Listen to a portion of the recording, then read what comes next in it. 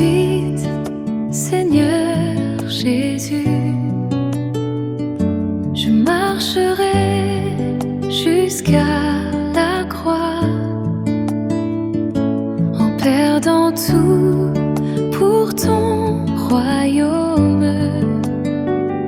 Je trouve en toi la vraie joie.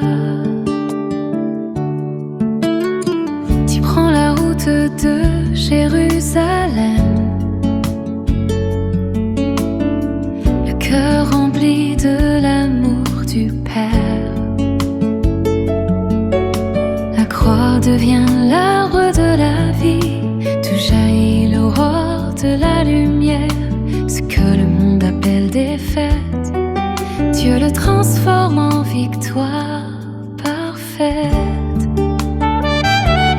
À ta suite, Seigneur Jésus, je marcherai jusqu'à la croix, en perdant tout pour ton royaume. Je trouve en toi la vraie joie. Au nom du Père et du Fils et du Saint-Esprit, Amen. Frères et sœurs dans le Christ, nous sommes au 22e dimanche du temps ordinaire de l'année liturgique A. Le dimanche dernier, Pierre faisait l'une des plus belles professions de foi de l'Évangile. Il répondait à Jésus, « Tu es le Christ, le Fils du Dieu vivant », et cela à la question de savoir qui il était réellement pour eux. Aujourd'hui, chers frères et sœurs, le même Pierre devient celui qui s'oppose catégoriquement au chemin de Jésus. Voilà un contraste saisissant. Et cela nous rappelle qu'il est possible de reconnaître le Christ tout en refusant encore sa manière de sauver le monde. La foi, donc, ne consiste pas seulement à savoir qui est Jésus. Chers frères et sœurs, la foi consiste à accepter de marcher derrière le Christ jusque dans la logique de la croix. Les lectures de ce dimanche nous conduisent précisément au cœur de cette vérité. Le prophète Jérémie découvre qu'être fidèle à Dieu peut attirer l'incompréhension. Saint Paul invite les chrétiens à offrir leur corps comme un sacrifice vivant agréable à Dieu. Et enfin, Jésus révèle dans l'Évangile que la gloire passe par le don de soi. L'Évangile, donc, ne promet pas une existence sans épreuve. Il ouvre un chemin où la croix devient le lieu de la victoire de l'amour. À présent, je vais parcourir chacune des lectures de ce dimanche pour tirer l'enseignement essentiel qui nous guidera le long de la semaine que nous allons entreprendre. Tout d'abord, la première lecture nous ouvre l'une des pages les plus bouleversantes de tout l'Ancien Testament concernant le prophète Jérémie. Rarement un homme de Dieu aurait exprimé avec autant de franchise son combat intérieur. Nous voyons qu'il ne parle pas comme un homme qui récite une doctrine. Il prie avec les mots d'un cœur blessé. Il ose dire au Seigneur, « Tu m'as séduit et je me suis laissé séduire ». Cette parole n'exprime pas une révolte contre Dieu, chers frères et sœurs, mais plutôt le cri d'un homme qui découvre le prix de sa vocation. Le verbe employé ici est très fort, séduire. Il évoque l'amour qui attire de façon irrésistible. Jérémie reconnaît que Dieu a conquis son cœur, mais il découvre aussi que cette élection comporte un prix. Être choisi par Dieu, c'est d'abord une mission qui exige parfois de porter seul le poids de la vérité. Eh bien, la fidélité de Jérémie à la parole lui attire des moqueries, des insultes et le rejet. Les personnes à qui il a été envoyé refusent son message et le prophète devient lui-même un signe de contradiction. Il fait ainsi l'expérience douloureuse que l'annonce de la vérité ne suscite pas toujours des applaudissements. Il arrive qu'elle dérange les consciences, qu'elle bouscule les habitudes et qu'elle rencontre justement l'incompréhension même de la part de ceux que l'on aime. Épuisé par cette opposition continuelle, le prophète Jérémie prend une décision radicale. Il ne parlera plus au nom du Seigneur. Pourtant, à peine cette résolution est-elle formulée qu'il découvre son impossibilité. Il affirme « Il y avait dans mon cœur comme un feu dévorant. Enfermé dans mes os, je m'épuisais de le contenir, mais je ne pouvais pas. » Eh bien, cette image du feu est magnifique. L'expérience du prophète Jérémie nous fait comprendre que la parole de Dieu n'est pas un discours extérieur que l'on peut déposer quand il devient encombrant. Elle est devenue une force intérieure qui brûle, qui éclaire, qui pousse le prophète à poursuivre sa mission malgré la souffrance. Cette expérience, chers frères et sœurs, éclaire aussi notre vocation de baptiser. Tout chrétien est appelé à devenir porteur de l'Évangile. Certes, nous ne sommes pas tous prophètes comme Jérémie, mais nous sommes tous témoins du Christ. Il arrivera que la fidélité à l'Évangile demande du courage, défendre la vérité avec charité, choisir l'honnêteté plutôt que la facilité, pardonner lorsque la vengeance paraît plus naturelle, ou rester fidèle au Christ dans un environnement qui ne partage pas notre foi. Lorsque la parole de Dieu devient réellement feu dans notre cœur, elle nous donne la force de persévérer, même dans les contrastes, dans les oppositions les plus dures. Comme le dira plus tard Saint Paul, l'amour du Christ me presse. Ça, c'est dans 2 Corinthiens, chapitre 5, verset 14. C'est cet amour plus fort que le découragement qui permet aux disciples de continuer justement à annoncer le Seigneur avec espérance. Le psaume que nous propose la liturgie d'aujourd'hui répond d'une certaine façon à Jérémie par une prière pleine de désir. Mon âme a soif de toi, Seigneur, mon Dieu. Eh bien, la soif est l'une des images les plus profondes de la vie spirituelle. Elle exprime un manque que rien d'autre ne peut combler, c'est-à-dire si l'on ne trouve pas l'eau, si l'on ne trouve pas ce liquide qui peut étancher cette situation, cette condition, rien ne satisfait l'être humain. Eh bien, le psalmiste ne cherche pas d'abord des biens matériels ni une réussite passagère. Il cherche Dieu lui-même. C'est pourquoi il peut affirmer « Ton amour vaut mieux que la vie ». L'amour de Dieu vaut mieux que la vie. Ces paroles nous invitent, chers frères et sœurs, à nous interroger sur nos propres désirs. Beaucoup de choses occupent nos journées. Beaucoup de choses sollicitent notre attention et promettent le bonheur.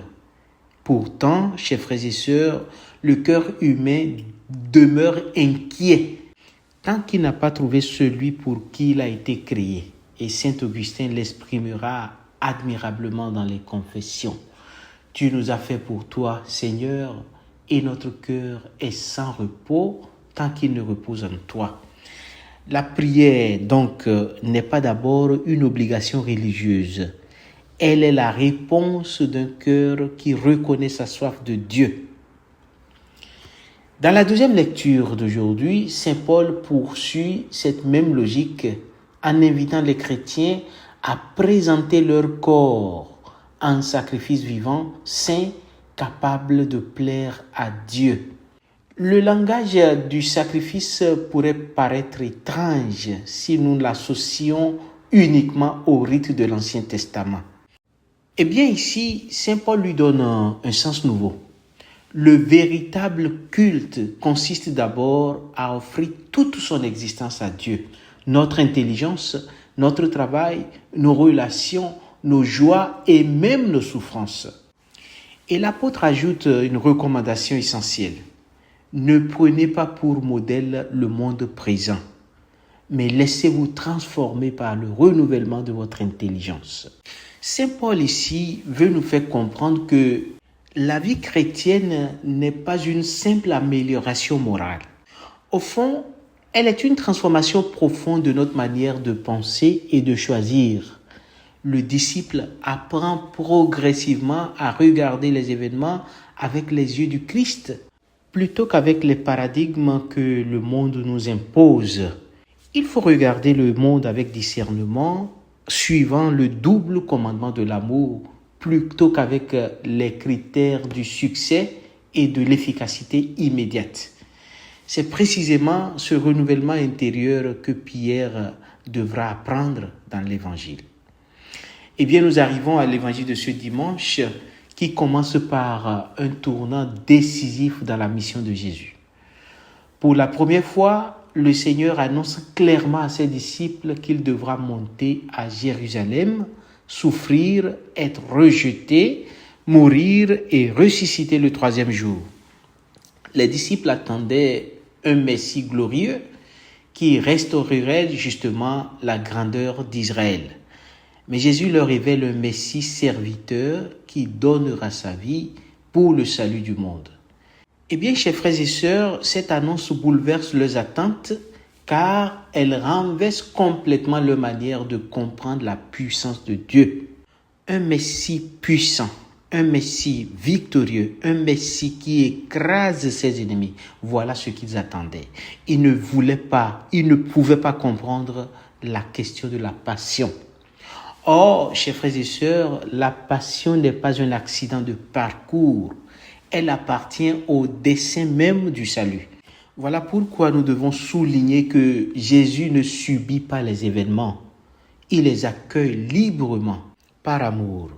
Quand le Seigneur disait « Me voici, envoie-moi pour faire ta volonté », eh bien, le Seigneur n'accepte pas la volonté du Père pour la subir. Notre évangile s'ouvre donc par cet instant où Jésus prépare ses disciples à comprendre que la croix ne sera pas la défaite de Dieu, mais la manifestation suprême de son amour. Voyons immédiatement la réaction de Pierre, une réaction profondément humaine. Prenant Jésus à part, il lui dit « Dieu t'en garde, Seigneur, cela ne t'arrivera pas. » On pourrait croire que Pierre manque de foi. En réalité, il aime profondément Jésus. Il refuse simplement de voir souffrir celui qu'il reconnaît comme le Christ. Son erreur donc, chers frères et sœurs, n'est pas un manque d'amour. C'est une mauvaise compréhension de la mission du Messie. Combien de fois partageons-nous cette même attitude ? Nous souhaitons suivre le Christ, mais nous voudrions un christianisme sans croix, une sainteté sans renoncement, un matin glorieux de Pâques sans vendredi saint. Pierre représente ici chacun de nous lorsque nous préférons les chemins de la facilité à ceux de la fidélité. Eh bien, chers frères et sœurs, la réponse de Jésus est l'une des plus sévères de tout l'évangile. « Passe derrière moi, dit-il, Satan. Tu es pour moi une occasion de chute. Tes pensées ne sont pas celles de Dieu, mais celles des hommes. » Mes frères, ces paroles ne signifient pas que Pierre serait devenu le démon. Jésus dénonce plutôt la tentation qui s'exprime à travers lui.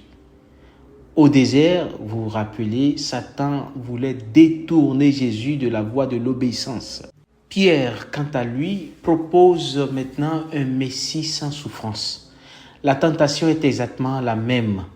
L'expression « passe derrière moi » possède d'ailleurs une grande profondeur. Quelques versets plus tôt, Pierre recevait les clés du royaume. Maintenant, Jésus lui rappelle sa véritable place. Non pas devant le maître pour lui montrer la route, pour devenir le maître du maître, mais derrière lui comme disciple. Le chrétien ne précède pas le Christ en lui indiquant ce qu'il devrait faire. Il apprend à marcher à sa suite lorsque le chemin lui paraît déroutant. Jésus élargit ensuite son enseignement à tous les disciples. Si quelqu'un veut marcher à ma suite, qu'il renonce à lui-même, qu'il prenne sa croix et qu'il me suive. Eh bien, chers frères et sœurs, il faut comprendre ce que le Seigneur veut dire. Renoncer à soi-même ne signifie certainement pas se mépriser ni supprimer sa personnalité. Le Christ ne nous demande pas de devenir moins humains. Il nous apprend simplement à aimer de manière plus libre. Renoncer à soi-même, c'est refuser de faire de son propre ego le centre de toute décision. C'est laisser Dieu devenir la mesure de nos choix. Le philosophe Protagoras disait que l'homme est la mesure de toute chose. Eh bien, dans la perspective chrétienne et suivant l'enseignement du Christ, l'homme ne peut pas être la mesure de toute chose. Cela porterait au relativisme. Prendre sa croix ne consiste pas à rechercher la souffrance pour elle-même. Je l'ai déjà dit une fois, le christianisme n'est pas une religion doloriste. La croix est le prix de l'amour fidèle. Et naturellement, la croix prend des visages très concrets. Pardonner lorsqu'on a été blessé, rester fidèle à ses engagements, servir sans rechercher des applaudissements, défendre la vérité malgré les oppositions, persévérer dans la foi au milieu des épreuves. En somme, la croix est l'expression d'un amour qui va jusqu'au bout. Jésus poursuit avec un paradoxe qui résume tout l'évangile. Celui qui voudra sauver sa vie la perdra, mais celui qui perdra sa vie à cause de moi la sauvera. Eh bien, chers frères et sœurs, le monde enseigne souvent l'art de conserver, d'accumuler, de protéger. Le Christ révèle une autre logique, la logique du don. Une vie refermée sur elle-même finit par s'appauvrir, tandis qu'une vie donnée par amour devient étonnamment féconde. Pensons par exemple aux parents qui se donnent pour leurs enfants, aux missionnaires qui quittent leur pays, et justement aux religieux et religieuses qui se consacrent à l'existence du royaume, ou encore à tant de personnes qui servent discrètement les pauvres.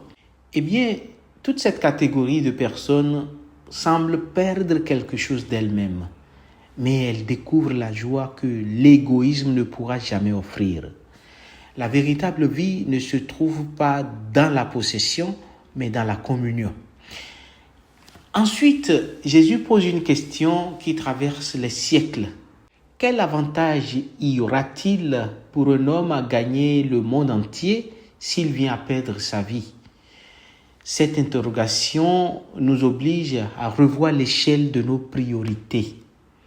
Il est possible de réussir brillamment aux yeux des hommes tout en laissant son cœur se dessécher.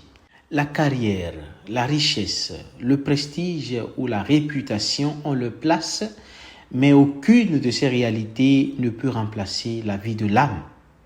Le Christ ne condamne naturellement pas les biens de ce monde, il rappelle simplement qu'ils sont des moyens et non une fin. Tout ce qui n'est pas orienté vers l'amour de Dieu et du prochain, donc le double commandement de l'amour, finit par perdre sa véritable valeur. Eh bien, notre évangile s'achève sur une perspective d'espérance. Le Fils de l'homme viendra dans la gloire de son Père avec ses anges. Alors, il rendra chacun selon sa conduite. Nous devons comprendre ici que celui qui marche derrière le Christ participe déjà à sa résurrection et attend le jour où toute fidélité sera pleinement manifestée. On ne saurait donc voir ici le jugement de Dieu comme une menace destinée justement à effrayer. Il s'agit simplement de l'accomplissement de la justice et de la vérité. Tout acte d'amour, même le plus discret, trouvera une récompense dans le royaume. Frères et sœurs dans le Christ, la parole de Dieu nous invite aujourd'hui à passer d'une foi d'admiration à une foi de disciple. Jérémie nous montre qu'il est impossible d'étouffer le feu de la parole lorsqu'elle habite le cœur. Le psalmiste nous rappelle que Dieu seul peut rassasier notre foi la plus profonde. Et Saint Paul nous appelle à offrir toute notre vie comme un sacrifice vivant. Enfin, Jésus, dans l'Évangile, nous révèle que le chemin de la gloire passe par la croix. Non parce que Dieu aime la souffrance, mais parce que l'amour véritable est toujours un don de soi. Demandons donc la grâce de marcher derrière le Christ avec confiance, alors même que le renoncement nous coûtera. Nous découvrirons que perdre sa vie pour lui, c'est en réalité la trouver en plénitude. Chers frères et sœurs, prions. Seigneur Jésus, tu nous appelles à te suivre non sur le chemin de la facilité, mais sur celui de l'amour fidèle. Donne-nous le courage de renoncer à tout ce qui nous éloigne de toi et la force de porter notre croix avec espérance et la sagesse de choisir les richesses qui demeurent pour la vie éternelle. Que notre cœur ait toujours soif de ta présence et que notre existence tout entière devienne une offrande agréable au Père. Toi qui vis et règnes pour les siècles des siècles. Amen. Chers frères et sœurs, je vous souhaite un excellent dimanche, implorant sur vous la bénédiction du Dieu Tout-Puissant, qui est Père, Fils et Saint-Esprit. Amen. À dimanche prochain, par la grâce de Dieu.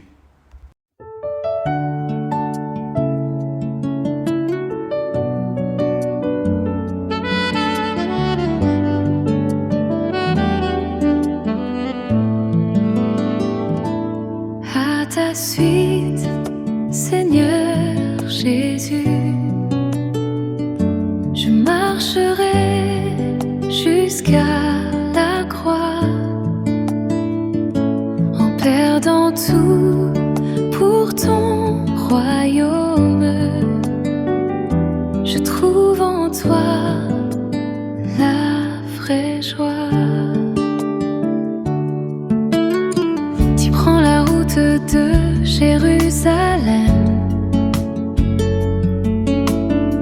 le cœur rempli de l'amour du Père. La croix devient l'arbre de la vie, d'où jaillit l'aurore de la lumière. Ce que le monde appelle défaite, Dieu le transforme en victoire parfaite. À ta suite, Seigneur Jésus, je marcherai jusqu'à la croix, en perdant tout pour ton royaume.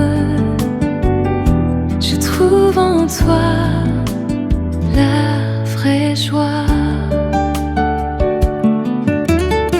Nos yeux recherchent la gloire humaine,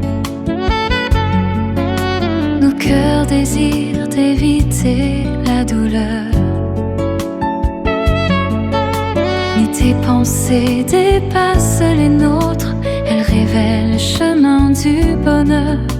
Apprends-nous à suivre ta volonté, même lorsque la route paraît cachée. À ta suite, Seigneur Jésus, je marcherai jusqu'à la croix, en perdant tout pour ton royaume. Je trouve en toi la vraie joie. Celui qui garde sa vie pour lui, la voix s'échapper comme